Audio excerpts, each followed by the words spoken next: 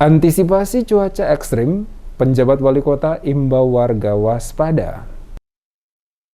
Penjabat Wali Kota Ambon, Bodwin Watimena mengimbau warga Kota Ambon yang berdomisili pada bantaran sungai dan lereng-lereng gunung agar mewaspadai kondisi cuaca ekstrim yang saat ini terjadi di Kota Ambon. Pemerintah kota selalu mengimbau warga masyarakat untuk selalu berhati-hati dan selalu waspada, khususnya warga yang berdomisili di lereng dan bantaran sungai di wilayah Kota Ambon. Kata Watimena saat diwawancarai tim Demas Media Group di Balai Kota Ambon pada Selasa 27 Desember 2022.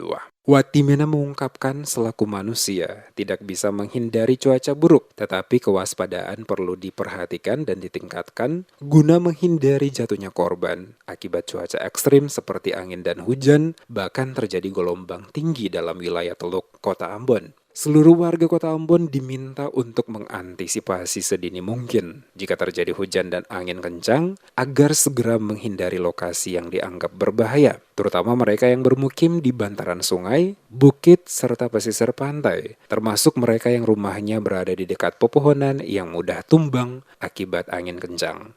Ya, cuaca buruk ini kan selalu kita himbau di media-media milik pemerintah kan untuk seluruh masyarakat berhati-hati menghadapi cuaca buruk ini, karena kita tidak bisa menghindari cuaca buruk, tapi yang bisa kita hindari adalah supaya jangan ada korban yang timbul dari cuaca buruk ini, ya. Jadi semua bisa mengantisipasi dengan baik, jangan ada di tempat-tempat yang berbahaya, pohon-pohon, ya.